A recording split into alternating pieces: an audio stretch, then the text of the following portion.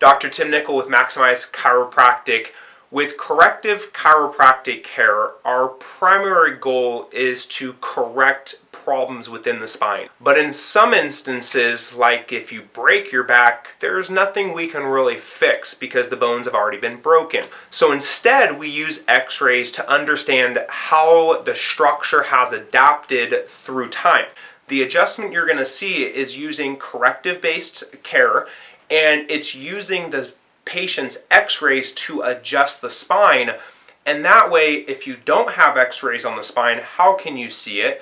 And if you have x-rays but you don't use motion studies, you're missing a huge part of what's going on inside the body. And then from there, you want to make sure that when dealing with a fracture or a healed fracture, you got to be really cautious. So making sure that you do the right x-rays, you adjust in the right mannerism, it's really important. But watch this segment. We have a compression fracture at L2, and this is a 29-year-old gentleman.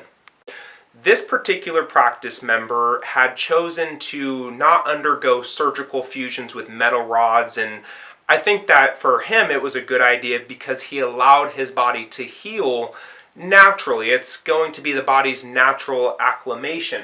When we look at this right here, you can tell the difference between the third lumbar vertebrae and the second lumbar vertebrae. When we look at these structures right here, this is a compression fracture. The bone squished, and you can see how it was absolutely affected. So our job here is to understand, not only do we want to stay off of this bone. If it's broken, probably not a good idea to adjust it, but let's go ahead and work on the one above and below.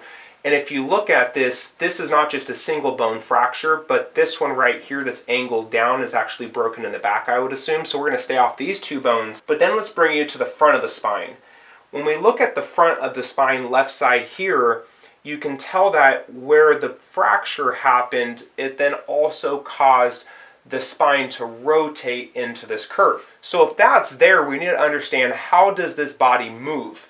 And what happens is that when this member moves to the left, there's movement to the right, but it's different. So when we look at a lumbar motion study, it's important to understand that the body moves differently. And if it moves differently, we want to adjust it in a mirror image.